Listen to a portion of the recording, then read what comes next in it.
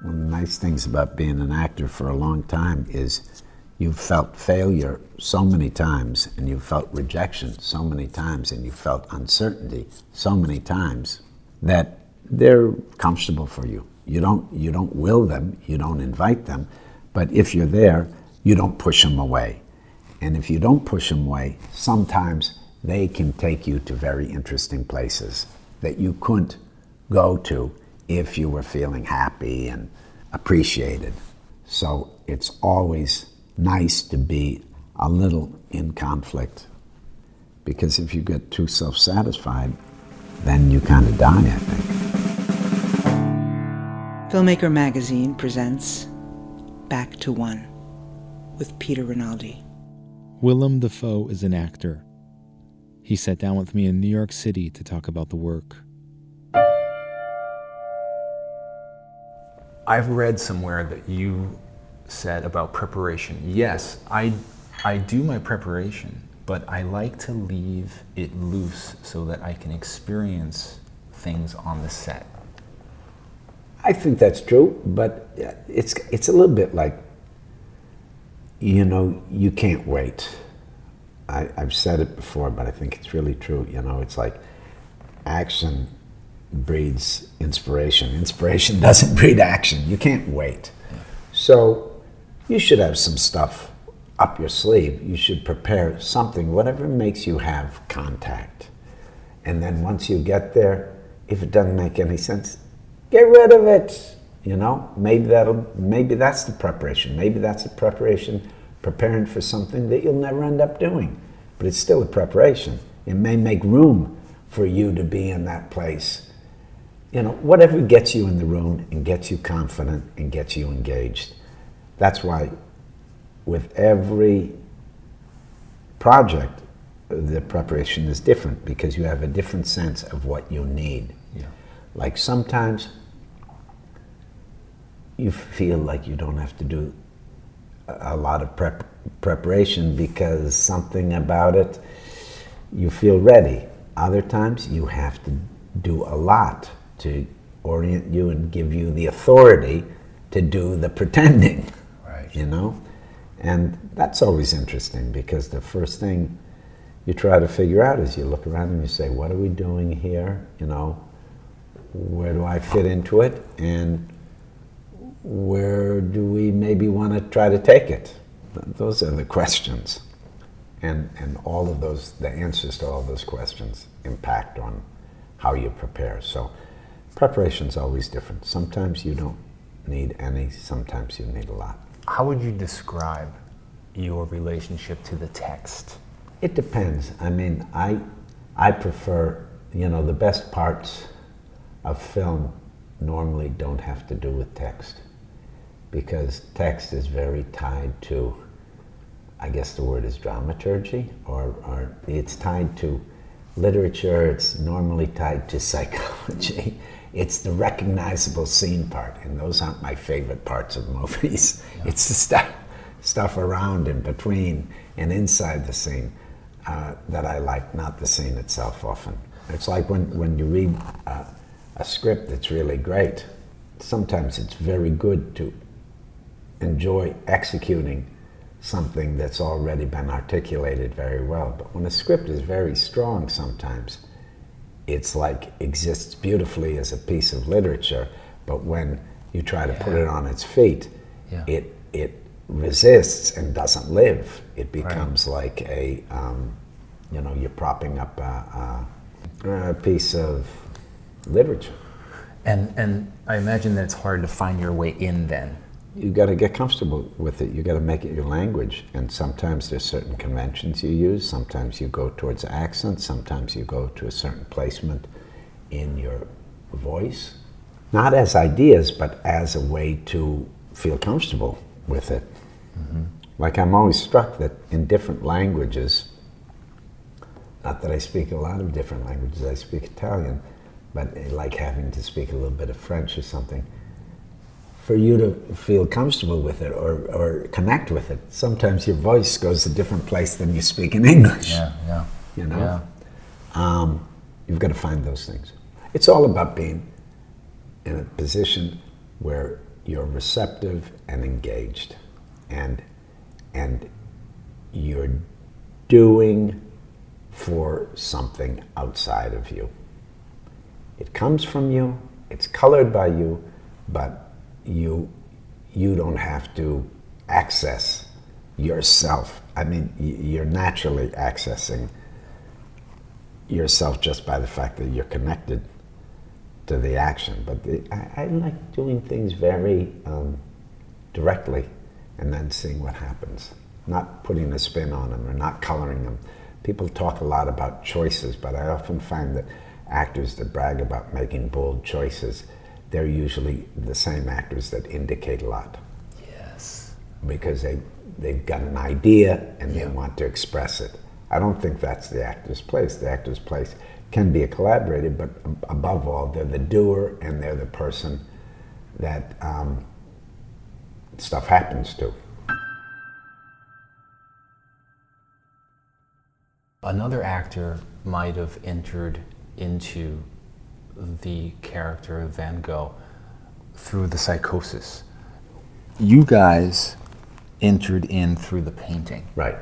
And I imagine as an actor, part of that is great because it's actually doing. Yes. But what else was important about this entry point?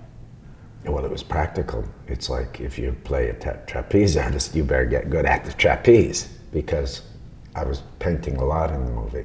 But it also became the key to understanding the Van Gogh we were making.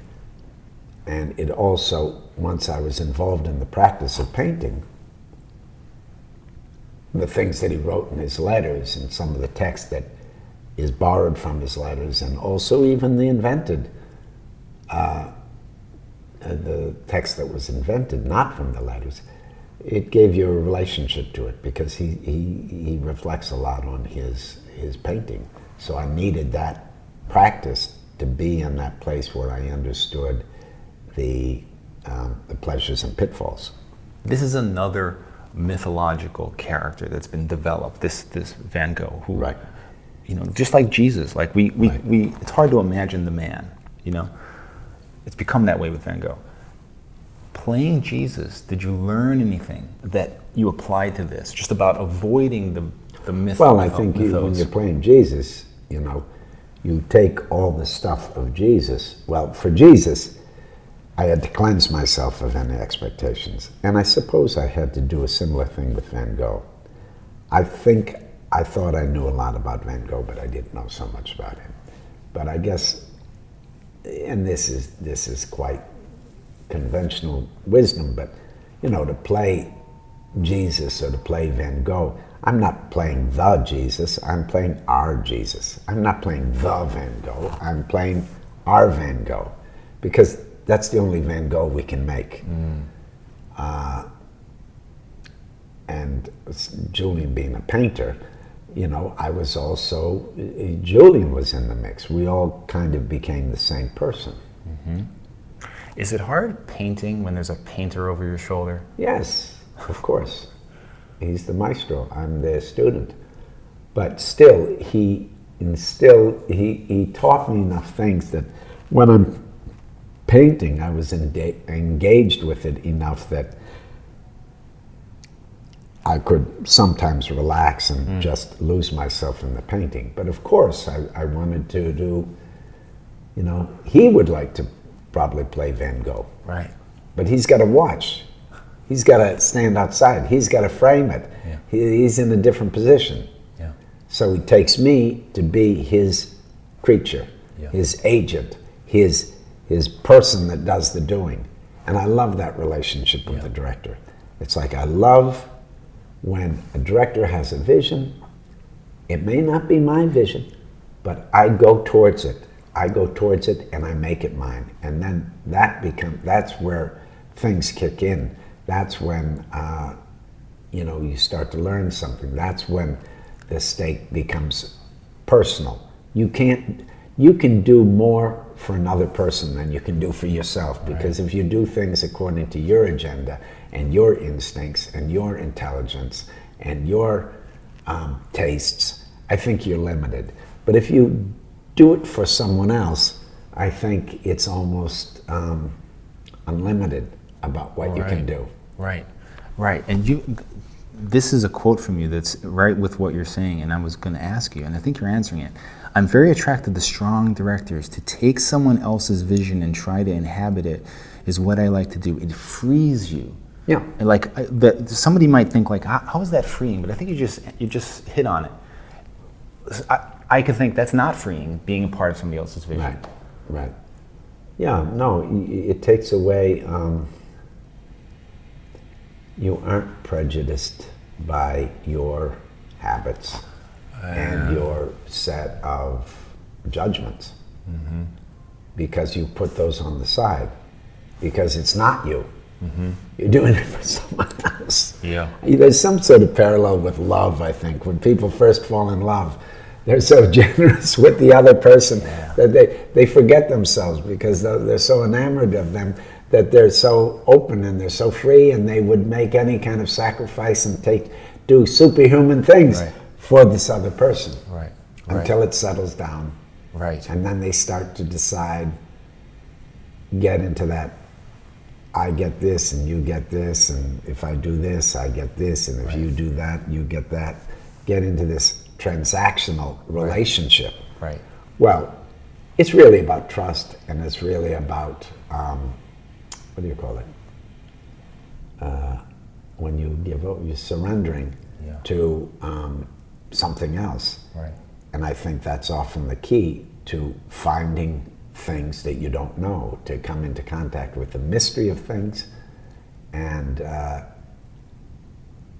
It sounds like a religious thing. You hear religious people saying they're free in their religion. That's a little different. I know, because it sounds like the same thing. I get it. No, it's true. It's sort of like they shift the responsibility to someone else. Just like you're saying. It's true.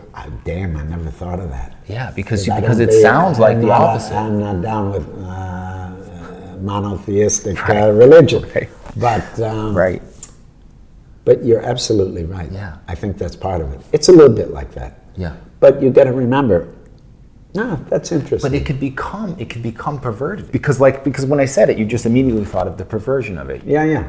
But there's a thing before that where you're operating in this outside of yourself. Yep. Yeah.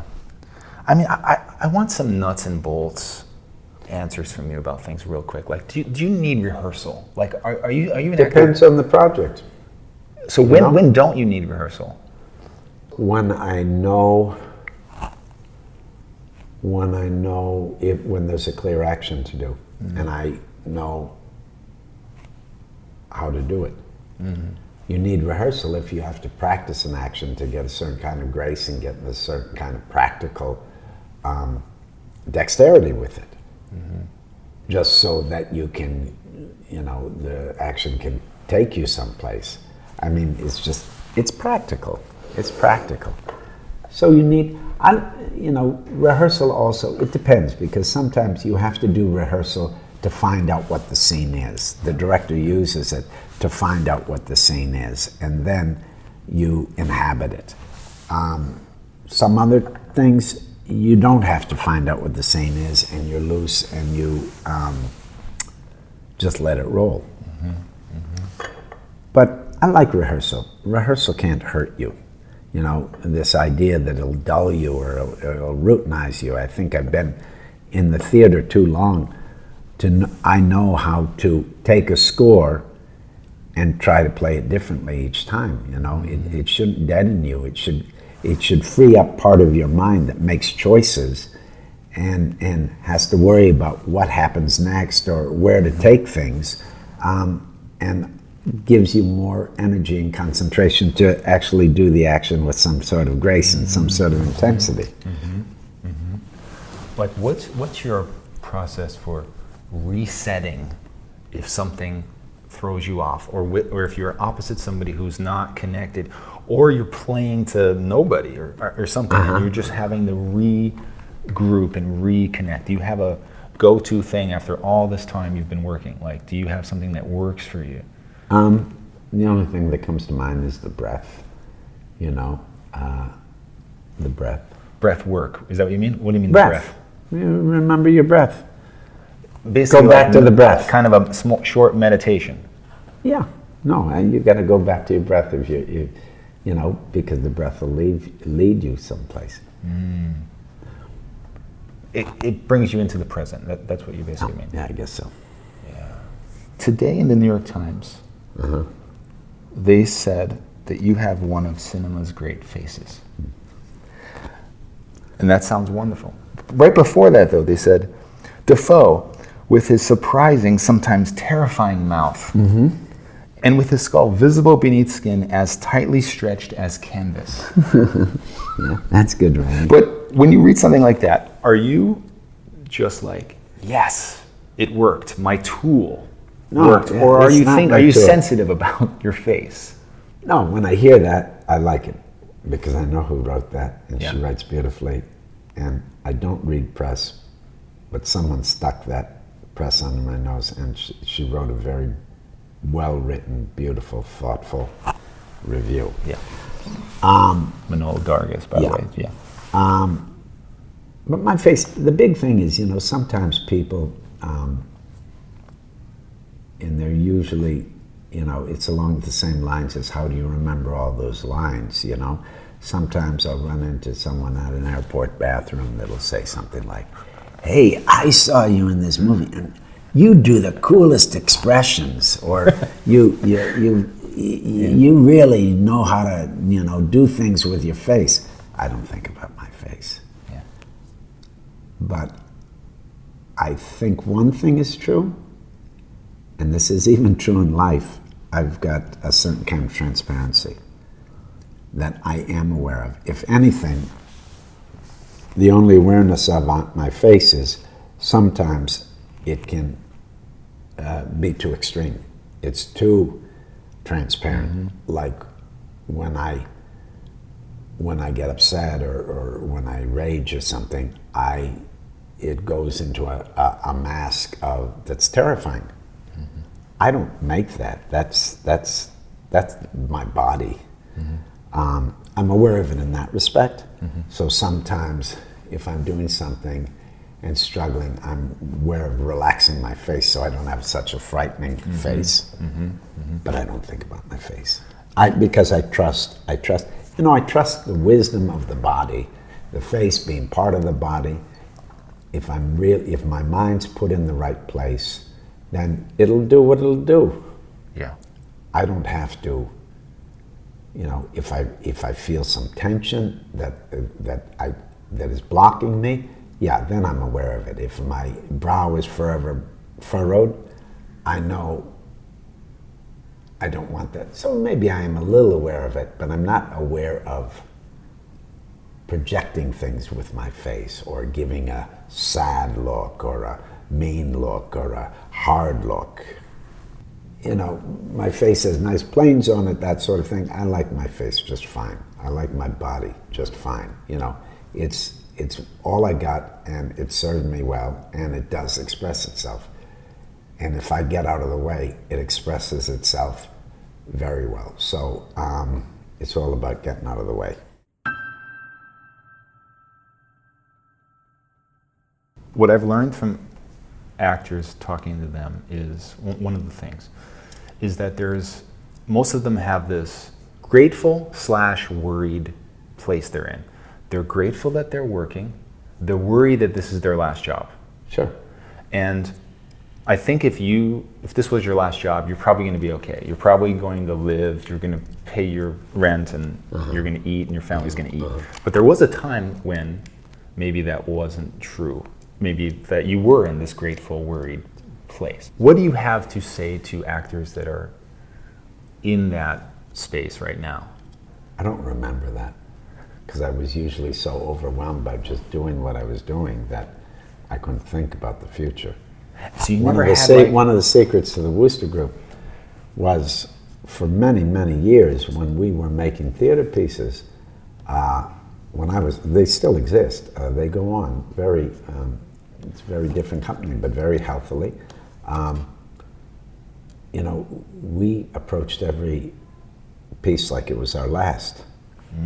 And so we never got far as the worried part because we were too busy making our last stand every time. And I've always felt like that. I can't think, you know, when I go too long without working, yeah, I still get concerned about where the next opportunity will come from. But that's not my story right now. Yeah, but that's also not The same. It's right, not the because same you're thing. going to live. I mean, like, you know what I mean? Yeah, but when you're younger, I wasn't worried about, you know, I thought I'd do something else. Right. So yeah, so that worry never infected you. I don't know. I don't remember. I really don't remember. Yeah. The only one thing I do remember is when you first start performing, you're just happy to work. And then once you're working, you want to work on good things. And then once you're working on good things, you want to work with great directors. And once you work with great directors, you know, you get greedier and greedier and greedier. Yeah. Where at the beginning, just like anyone else, I just wanted to work. I wanted to be a working actor. So I guess that answers it. I did want that security, that it could be a profession for me. Is there something that you haven't done yet that you are waiting to be able to do? In terms of? Just Like a certain role or something? or a I don't certain... think in those terms, you know? It's too hypothetical. Anytime that I think, oh, I'd love to play, you know, I'd like to play a heroic, you know, working class hero, it's probably a bad idea because I've got so much riding on it that, I don't know, I like to take my cues from someplace else. I don't want to, once I'm involved in a project, I drive. But for setting up a project, I think you're playing into something that's self-serving and directs you in a way that you're controlling too much. But often people ask me that question, and I really draw a blank. That's actually a great place to be, though, if you don't have this yearning thing.